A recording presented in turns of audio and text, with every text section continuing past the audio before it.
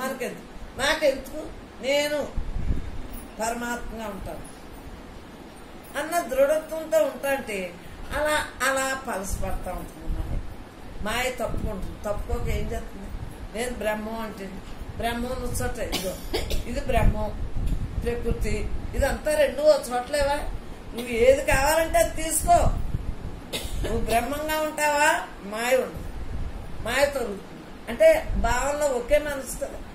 నేను బ్రహ్మాన్ని అనేటోటికి మాయ కూడా ఉండదు కదా, మాయతో ఉండేటోటికి బ్రహ్మం కూడా ఉండదు. ఏది అవునో ఏది కాదో తెలుసుకుని నిర్ధారించుకోవాలి. సత్సంగులు మనం అందరం ఎంజాయ్గా ఉంటారు. పాటలు పద్యాలు అన్నీ అయిపోయినాయి కదా, అనేక జన్మల నుండి అయిపోయినాయి. లేకపోతే మీరు ఇలా వినలేరు, బ్రహ్మజ్ఞానం వినలేరు. పాటలు పద్యాలు వాళ్ళు మొన్న ఒక నేనంటే ఏంటో ఇప్పుడు తెలిసిందంట. ఇక్కడ చెప్పుకుంటున్నాం కదా,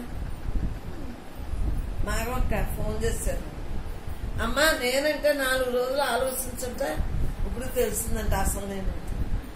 ఆ పాటలు పద్యాలు ఉండిపోయారు. అవి కూడా ఓహో అని ఆవిడని ఎలాగైనా లాగాలని నేనేం చేశాను, ఆవిడ పాటలు పద్యాలు ఇంటాకొచ్చున్నా. మీ అందరు కూడా మీరందరూ తిట్టినా వినిపించారు.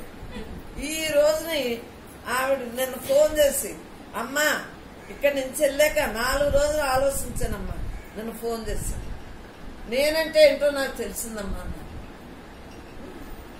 చూడండి, ఎవరినైనా మనం ఎందామే ఇని ఊరుకున్నాం. ప్రతి మనిషి పరమాత్మ స్వరూపే కదా. మనం ఓపు పట్టాలి. వాళ్ళు ఏం చెప్పినాను, ఓపు పట్టుకున్నా నీకు జ్ఞానం రాదు అంటే ఎలా కుదురుతుంది? కానీ కొంతమందికి మేము చూద్దాం రాదు. మరి వాళ్ళు ఎంతో భక్తితో ఉన్నారు, మనం అంటే ఎంతో ఇష్టం, అమ్మ అమ్మ అంటున్నారు. వాళ్ళు ఏం చేయాలి, వాళ్ళు చెప్పిన ఇంటానే ఉండాలి. ఎన్ని సంవత్సరాల నుంచి ఉన్నాను నేను, ఖాళీ చేస్తానే ఉండాలి. వాళ్ళు చుట్టాల గురించి చెప్పినా, వాళ్ళు ఇంట్లో వాళ్ళ గురించి చెప్పినా, వాళ్ళు ఎవరి మీద చెప్పినా వింటానే ఉన్నాను. ఈ రోజుని నేనో ఆవిడకి అర్థమైంది. చాలదా? అలా సుఖిత్వం తప్పదమ్మా. శ్రద్ధ ఉన్నవాడికి ఎప్పటికైనా ఉంది, అశ్రద్ధగా ఉన్నవాడికి ఎప్పటికే ఉంది. విన్నట్టుంటాడు కానీ చేయలేడు. శ్రద్ధ ప్రయత్నం ఎక్కువగా ఉండాలి. పరమాత్మ తప్ప రెండో భావం లేక పాత వాసనలు అలా వస్తానే ఉంటాయన్నా. వాటిని కొట్టుకుంటా కొత్త వాసనగా అంటే పరమాత్మ మిగలాలి. పాత వాసన ఎక్కడ పోతాయే, ఏదో ఒకటే ఉంటుంది. మరి కాలువ కట్టేసాక అవి చెత్తలు అన్ని కాలువలో పడేస్తున్నాయి. ఆకలి ఏం చేస్తుంది, కాలువ వదిలేక అవన్నీ తొలగిపోవా, తర్వాత ఫ్రెష్ నీరు మిగిలి. అలాగా మనకు పాత వాసనలు ఉంటాయి.